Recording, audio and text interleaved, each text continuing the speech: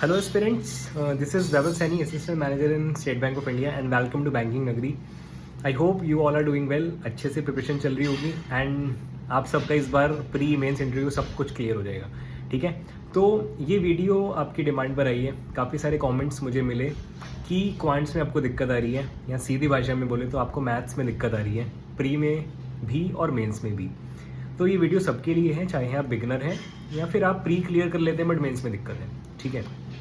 देखो, as an aspirant हम गलती क्या करते हैं, हमारी गलती ये होती है जो हमने सुना है। अब हम क्या सुनते हैं टॉपर टॉक से या फिर फैकल्टीज से कि सिलेबस डाउनलोड करो, उसका प्रिंट आउट निकालो, दीवार पे चिपका दो।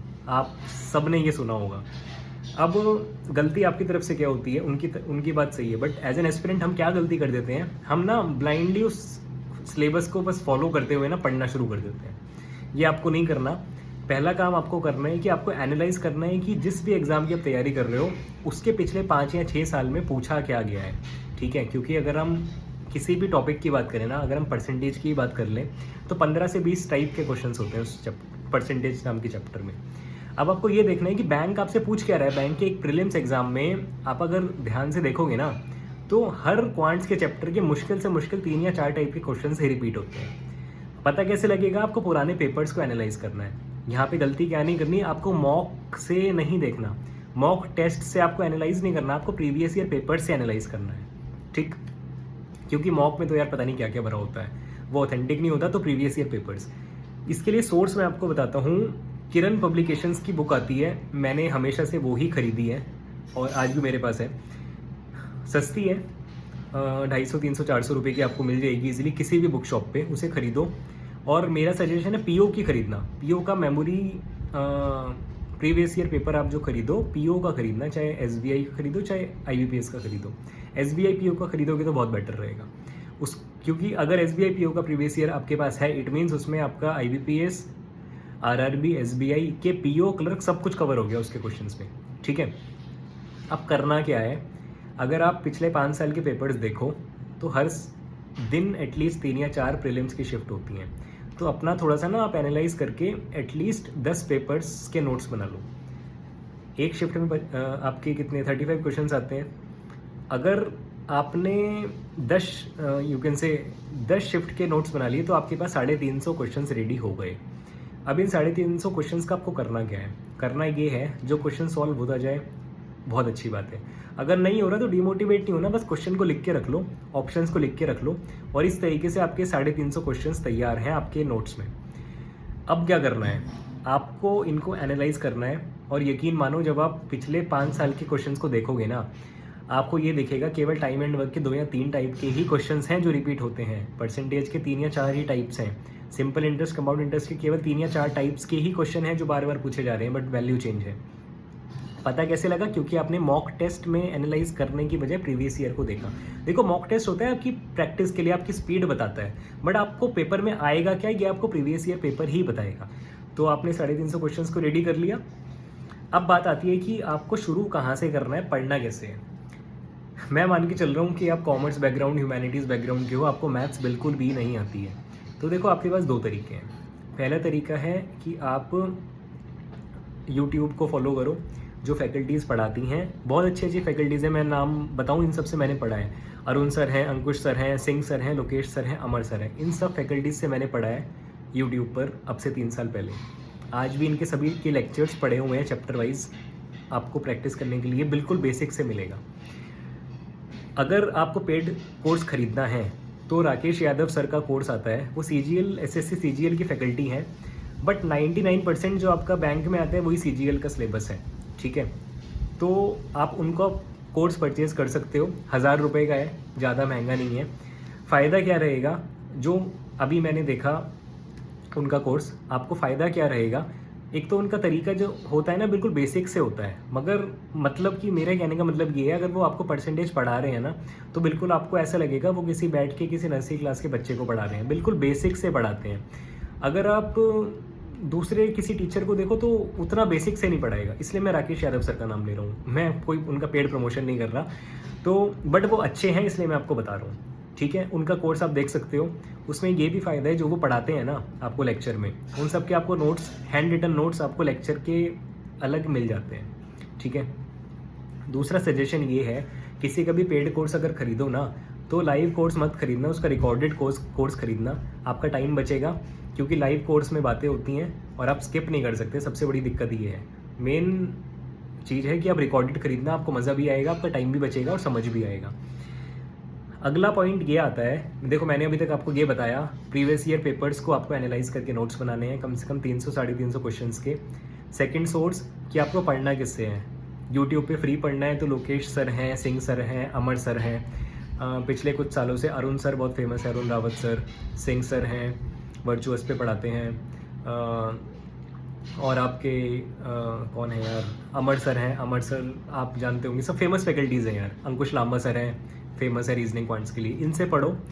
अगर बेसिक्स और डीप में क्लियर करने हैं तो राकेश यादव सर का कोर्स खरीद लेना, उनसे अच्छा कोई नहीं पढ़ाता क्वांट्स को लेके। अब अगला पॉइंट ये आता है कि आपको किस सीक्वेंस में पढ़ना है।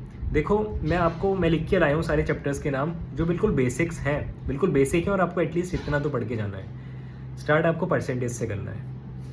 सेकंड नंबर पे आपको कंपाउंड इंटरेस्ट, थर्ड नंबर पे सिंपल इंटरेस्ट, फोर्थ नंबर पे आपको करना है पार्टनरशिप, फिफ्थ नंबर पे आपको mixture alligation, then ratio proportion, then time and work, then time speed and distance, और एक और बच गया मेंजुरेशन, ठीक है। ये वो टॉपिक्स हैं जिनके क्वेश्चन आपको प्रीलिम्स में रखे मिलते हैं।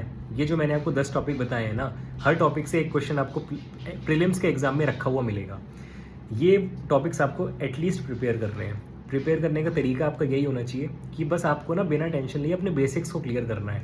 बेसिक्स का मतलब क्या होता है, जो छोटे मोटे फॉर्मूलेज हैं और जो बिल्कुल बेस है चैप्टर का, कि अगर आपको कोई टाइम एंड वर्क पढ़ाएगा तो आपको वो सिंपल सा ये बताएगा ना कि ऐसे ऐसे करना है, बस आपको वो चीज़ आनी चाहिए। कि अगर आपके सामने कोई सिंपल सा क्वेश्चन रख दे तो आप भले ही 1 मिनट लगाए हो, बट आप उसको सॉल्व कर दो। इसको कहते हैं बेसिक्स यार, कि आपको फाउंडेशन पता होनी चाहिए कि कैसे क्वेश्चंस को अगर वो घुमाएगा एग्जामिनर तो कैसे आप उसको घुमा के सॉल्व कर सकते हो। This is called basics. ये आपको रेडी करना है इन चैप्टर्स का, ठीक है।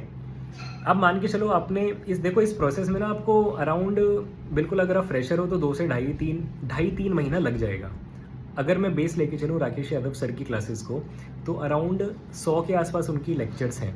हर लेक्चर 1 घंटे का होता है, तो मान के चलो कि 100 घंटे आपको अपने बेसिक्स को देने हैं। अब 100 घंटे देने के बाद आपको उसको मल्टीपल टाइम्स रिवाइज भी करना है उनके नोट्स से, जो आपको वो हैंड रिटन नोट्स देते हैं, उनके अपलोडेड होते हैं, ठीक है, PDF फॉर्म में। जब आप थोड़ा सा कॉन्फिडेंट फील करो, उसके बाद आपको एक बहुत इंपॉर्टेंट कदम उठाना है। वो ये है कि जो आपने 300 साढ़े 300 क्वेश्चंस के नोट्स बनाए थे प्रीवियस ईयर पेपर्स को एनालाइज करके, अब आपको लाइन से उनको सॉल्व करना है और थोड़ा सा अपने आप को देखना है कि मैं कितने पानी में हूँ, मैं कितने क्वेश्चन सॉल्व कर पा रहा हूँ। यकीन मानो, अगर आपने बेसिक्स एक बार सारे चैप्टर्स के क्लियर कर लिए हैं ना, जो मैंने आपको बताए हैं स्टार्टिंग से लेकर एंड तक, तो उन 350 क्वेश्चन में एटलीस्ट 70 से 80% क्वेश्चन आप सिंगल गो में अटैम्प्ट कर दोगे बिना किसी प्रॉब्लम के। क्योंकि प्री में जो क्वांट्स का क्वेश्चन आता है ना, वो काफ़ी डुएबल लेवल का होता है। बस प्रॉब्लम कहाँ जाती है, हमें टाइम की कमी होती है प्री में, और थोड़े से हमारे बेसिक्स क्लियर नहीं होते, यहाँ पे आपको दिक्कत आ जाती है। तो देखो आपको ये करना है, ज़्यादा क्वांट से डरने की ज़रूरत नहीं है, केवल ये वाले टॉपिक्स आप क्लियर करो। और इनकी पता है इंपॉर्टेंस क्या होती है। अगर आप बोट एंड स्ट्रीम की बात करो ना, उसमें 4 फार्मूले हैं यार, 4 तरह के क्वेश्चन आते हैं। बस आपको वो यही तो बताएगा, अप स्ट्रीम है, डाउन स्ट्रीम जा रही है बोट, या अप स्ट्रीम जा रही है, स्ट्रीम क्या है, मतलब बिल्कुल बेसिक चीज़ें आपको उसमें पता हो ना, तो आप कोई भी टॉपिक कंप्लीट कर सकते हो। सिंपल इंटरेस्ट, कंपाउंड इंटरेस्ट, यार सिंपल इंटरेस्ट में केवल एक फार्मूला है, P/R/T/100, उसके बेसिस पे ही पूरा चैप्टर घुमा रखा है। कंपाउंड इंटरेस्ट एक ऐसा टॉपिक है, आपको फार्मूला तक याद करने की नीड नहीं है। आपको अगर उसके शॉर्टकट्स पता है ना, तो कंपाउंड इंटरेस्ट से आसान कोई चैप्टर ही नहीं है मैथ्स में, ठीक है। अगर पार्टनरशिप की बात करें तो आपको बस फ्लो ही तो पता होना चाहिए, कैसे उसको पैटर्न को ड्रॉ करना होता है पार्टनरशिप के क्वेश्चन को सॉल्व करने के लिए, कैसे टाइम से मल्टीप्लाई करना होता है, बस ये पता होना चाहिए। इसको कहते हैं बेसिक्स। अगर आपको इतना पता है ना, तो कोई भी क्वेश्चन हैंडल कर सकते हो। बस पता है प्रॉब्लम ये आ जाती है, हमें डरा दिया जाता है इस टाइम पे ही बहुत डिफ़िकल्ट है और कंपटीशन कम हो जाए, और कोई मोटिव नहीं है। मोटिव बस इतना है कि कंपटीशन बहुत है। अपनी अगर फैकल्टीज़ को भी दुकान चलानी है, तो जब तक बच्चा डरेगा नहीं, वो पढ़ेगा नहीं उनसे पेड कोर्स खरीद के। तो ये रियलिटी है यार, तो डरने की नीड नहीं है, बस आप इतना करो और प्रीवियस ईयर पेपर्स को एनालाइज करो, जो सिलेबस है उसके अकॉर्डिंग आप बेसिक्स क्लियर करो और फिर जो प्रीवियस ईयर पेपर्स हैं उसको एक बार करके देखो। इतना आपको करना है, इसके अलावा आपको करने की नीड नहीं है। बस इतना एग्ज़ाम आपसे मांगता है कि डेली के एटलीस्ट 1.5 से 2 घंटे क्वांट्स को दे दो, प्रैक्टिस करो, पुराने मॉक्स देखो, पुराने पेपर्स देखो, या जो भी आपका मन करे वो करो, बट डेली 2 घंटा क्वांट्स के नाम दे दो, आराम से अच्छे मार्क्स आएंगे। पता है मैं अच्छे मार्क्स किसको कहता हूँ? अगर क्वांट्स में 35 में से अगर आपके 26 मार्क्स भी आ रहे हैं ना, तो it is a good score. 26, 27, 25 is a very good score in quants, अगर मैं पीओ प्रीलिम्स की बात करूँ। ठीक है, this is all from my side in this video. और स्टार्टिंग में बोलना भूल गया था, जो मैं सोच के आया था, शेयर कर देना अपने स्टडी ग्रुप्स में, शेयर कर देना जिन जिन ग्रुप्स में आप ऐड हो, व्हाट्सएप ग्रुप हो, टेलीग्राम चैनल्स हो, उनमें मेरी वीडियो को शेयर कर देना, थोड़ी सी रीच बढ़ेगी तो और मैं अच्छा कंटेंट आप तक पहुंचा पाऊंगा। और कोई आपका डाउट है तो मुझे कमेंट सेक्शन में ज़रूर बताना। ठीक है, ये मैंने सबको कवर कर लिया। इसमें वो बच्चे भी आ गए जो बिल्कुल बिगिनर हैं, और वो भी आ गए जिनको केवल क्वांट्स में दिक्कत आ रही है, बाकी रीजनिंग और इंग्लिश में वो एक्सपर्ट बन चुके हैं। ठीक है, कोई और क्लैरिफिकेशन इसमें चाहिए तो मुझे कमेंट सेक्शन में बताना। This all from my side, bye bye, have a nice day.